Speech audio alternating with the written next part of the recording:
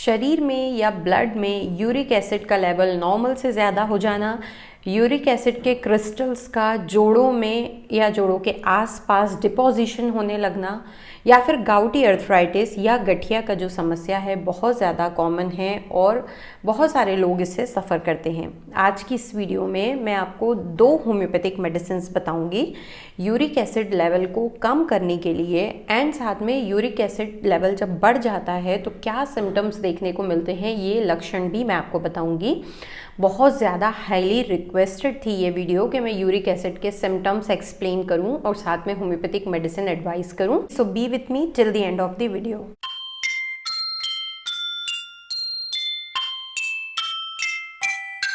Hello everyone, this is Dr. Arva Bohra. Welcome back to my YouTube channel. I hope you guys are doing well and all are happy and safe.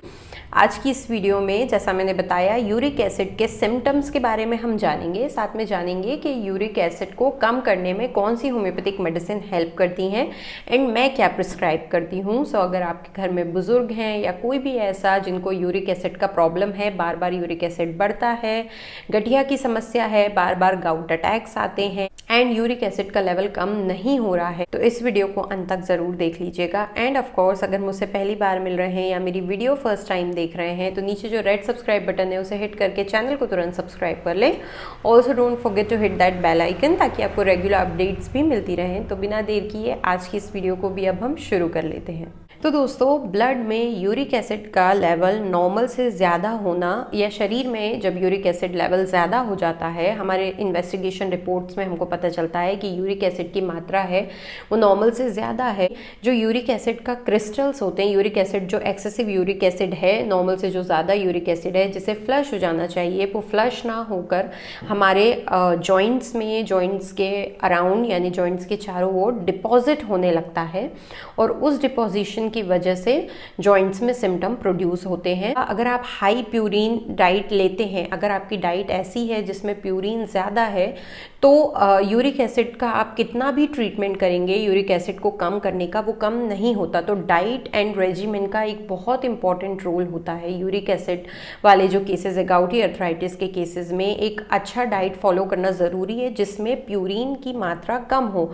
Purine का break down होता है और uric acid का formation होता है। तो अगर आप डाइट के थ्रू प्यूरिन लेंगे तो उसका ब्रेक डाउन होगा और इवेंचुअली जो यूरिक एसिड है वो बढ़ेगा। तो इस चीज़ का ध्यान रखना ज़रूरी है। इस पर मैंने डिटेल्ड वीडियो कुछ दिन पहले अभी अपलोड की है, वो भी हाईली रिक्वेस्टेड थी, जिसमें मैंने बताया है कि क्या चीज़ें आप खा सकते हैं यूरिक एसिड अगर आपका हाई है और क्या चीज़ें आपने अवॉइड करनी है। उस वीडियो को मैं आई बटन पर भी दे दूँगी, डिस्क्रिप्शन में भी लिंक कर दूँगी, उसे आप ज़रूर देखें। कौन कौन से जॉइंट इससे अफेक्टेड होते हैं, तो 3 बहुत ही कॉमन जॉइंट्स हैं। पहला है हैंड के जो जॉइंट्स होते हैं, कलाई का जो दर्द है यूरिक एसिड वालों को, जो गाउट अटैक्स होता है, बहुत कॉमन है। फिर ये जो फिंगर जॉइंट्स हैं बहुत ज़्यादा कॉमन है। सबसे ज़्यादा पहले जो पेन पेशेंट कंप्लेन करता है, जो फील करता है यूरिक एसिड बढ़ने पे, वो यही होता है, pain, stiffness. Then knee joint, बहुत common problem, knee joint effect होता है यूरिक एसिड से और बहुत ज़्यादा होता है। देन फुट जॉइंट, पैरों के जो जॉइंट है, ये जो जॉइंट है ये बहुत ज़्यादा है। इसके अलावा स्पाइन जॉइंट्स जो हैं वो भी इफेक्ट इससे हो सकते हैं, हिप जॉइंट भी इससे इफेक्ट हो सकते हैं। अब बात करते हैं सिम्टम्स की, जो सबसे ज़्यादा पूछा जा रहा था मुझसे कि क्या क्या लक्षण हैं, आप लक्षण बताइए, सिम्टम्स बताइए। सो यूरिक एसिड में जब आपके जॉइंट्स अफेक्ट होते हैं तो सबसे पहले जो आपको फील होता है वो होता है पेन, दर्द होने लगता है। जैसे यूरिक एसिड डिपोजिशन होता है, स्टार्ट होता है, आपका बढ़ता है, तो आपको जॉइंट में पेन फील होगा। जैसे ही आप मूवमेंट करेंगे तो आपको अनईजीनेस फील होगी। ये इनिशियल स्टेजेस का बता रही हूँ। जैसे फुट जॉइंट्स जो इन्वॉल्व होते हैं या फिंगर जॉइंट्स जो इन्वॉल्व होती है, जब आप रात को सोएंगे, सुबह जब आप सो के उठेंगे तो बहुत ज़्यादा स्टिफनेस होगी उनमें, आपको बिल्कुल मूव करते नहीं बनेगा। साथ में चीज़ों को होल्ड करने में फिंगर्स आसानी से मूव नहीं करती। जैसे स्पून से खाना खाते टाइम स्पून पकड़ते नहीं बनती, या हाथ से खाना खाते टाइम इस तरीके से बार बार हाथों को करने में बहुत ज़्यादा पेन फील होता है। तो ये इनिशियल सिम्टम्स है। उसके बाद अगर यूरिक एसिड के लिए हम डाइट पे ध्यान नहीं दें या मेडिकेशंस नहीं ले दे तो ये धीरे धीरे बढ़ता जाता है और इसके एडवांस स्टेजेस में जो हमें सिम्टम देखने मिलते हैं वो होता है पेन यानी कि दर्द, ऑब्वियसली टेंडरनेस बहुत ज़्यादा होती है। देन इन्फ्लामेशन होता है तो वहाँ पे रेडनेस होगी, आपको अफेक्टेड जॉइंट रेड दिख सकता है, वहाँ पे स्वेलिंग दिख सकती है, वहाँ पे हीट, जो अफेक्टेड जॉइंट है वो रेस्ट ऑफ द बॉडी से थोड़ा ज़्यादा हीट वहाँ पे आपको मिलेगी, और मूवमेंट करने में तकलीफ होती है। स्टिफनेस एक मार्क्ड सिम्टम है गाउट में।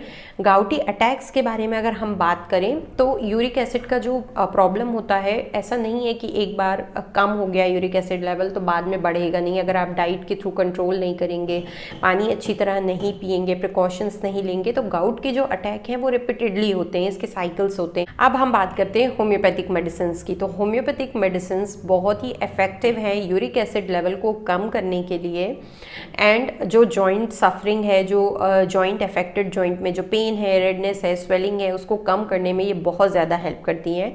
मैं आपको 2 होम्योपैथिक मेडिसिन बता रही हूँ। एक कॉम्बिनेशन होम्योपैथिक मेडिसिन है, एंड दूसरी जो होम्योपैथिक मेडिसिन है वो थेरेपेटिकली अगर यूरिक एसिड लेवल को कम करने के लिए दी जाए तो बहुत अमेजिंग रिजल्ट्स देती है। तो सबसे पहले कॉम्बिनेशन होम्योपैथिक मेडिसिन के बारे में बात करते हैं, जो है लॉर्ड्स की यूरिसिड ड्रॉप्स। इससे मुझे बहुत ही अच्छे रिजल्ट मिले पिछले 8 से 10 महीने में, सो इसलिए मैं ये सजेस्ट कर रही हूँ।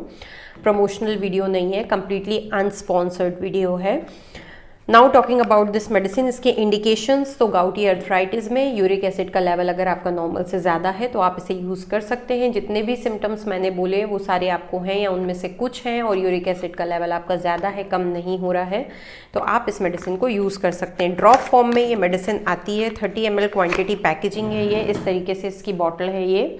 इसके कॉम्पोजिशन के बारे में बात करें कि इसके अंदर कौन कौन सी होम्योपैथिक मेडिसिन है, तो पहली मेडिसिन है इसके अंदर बर्बेरिस वल्गैरिस। बहुत ही इफेक्टिव होम्योपैथिक मेडिसिन है किडनी के लिए। ये हमारे रीनल सिस्टम को, रीनल फंक्शनिंग को बूस्ट करती है ताकि अच्छी तरीके से वो फिल्ट्रेशन का काम करे, और जो एक्सेसिव यूरिक एसिड बॉडी में एक्यूमुलेट हो रहा है जगह जगह जॉइंट्स में, वो यूरिन की थ्रू फ्लश आउट हो जाए। सेकेंड होम्योपैथिक मेडिसिन है इसके अंदर लाइकोपोडियम क्लेवेटम। बहुत ही इफेक्टिव होम्योपैथिक मेडिसिन है अगर आपको गाउटी अर्थराइटिस है, साथ में अगर यूरिन में आपको प्रॉब्लम है, यूरिन रेड सेंड यूरिन जाती है, या फिर कभी पेन होता है या बर्निंग होती है, साथ में जॉइंट के जो भी सिम्टम्स मैंने बोले वो सारे हैं, तो लाइकोपोडियम बहुत ही अच्छा काम करती है। देन इसके अंदर आर्टिका यूरेंस है, द बेस्ट होम्योपैथिक मेडिसिन है यूरिक एसिड को कम करने के लिए। इसको अलग से मदर टिंचर फॉर्म में भी हम प्रिस्क्राइब करते हैं। इसके अंदर आर्टिका यूरेंस भी है एंड टेरेक्सिकम है। सब मेडिसिन इसमें 3x पोटेंसी में है, आर्टिका यूरेंस को छोड़ के वो मदर टिंचर फॉर्म में ही है। मेडिसिन आप लोगे कैसे?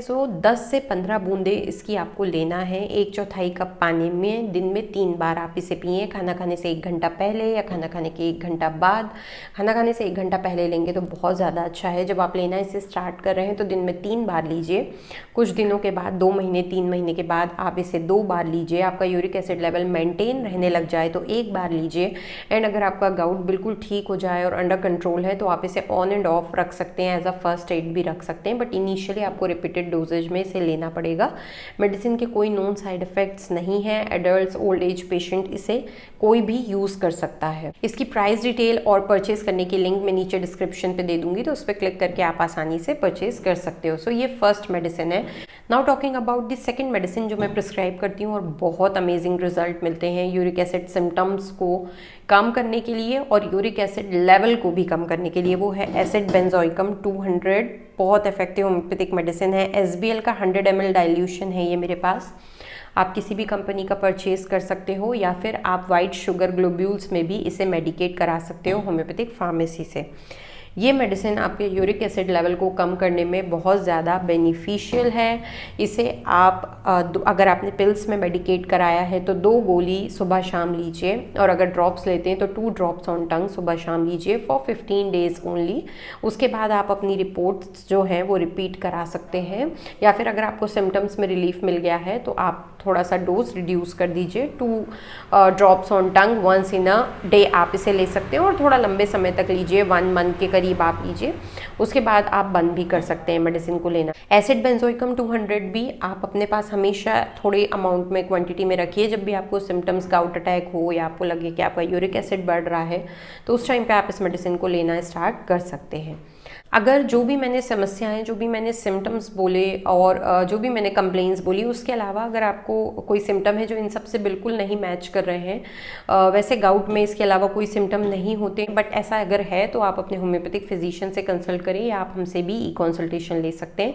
बट बेसिकली अगर आपका यूरिक एसिड लेवल बढ़ा हुआ है, नहीं कम हो रहा है, आप उसे मेंटेन करके रखना चाहते हैं, तो आप इन मेडिसिन को यूज़ कर सकते हो। So guys that's it for today's video. आशा करती हूँ ये वीडियो आपको पसंद आई होगी और ज़रूर आपके काम आएगी। If you guys found this video useful, please give it a thumbs up. Also don't forget to subscribe my channel. I will meet you all in my next video. Till then, stay healthy, stay happy, stay safe, take care of yourself and your families. Love you all. Bye.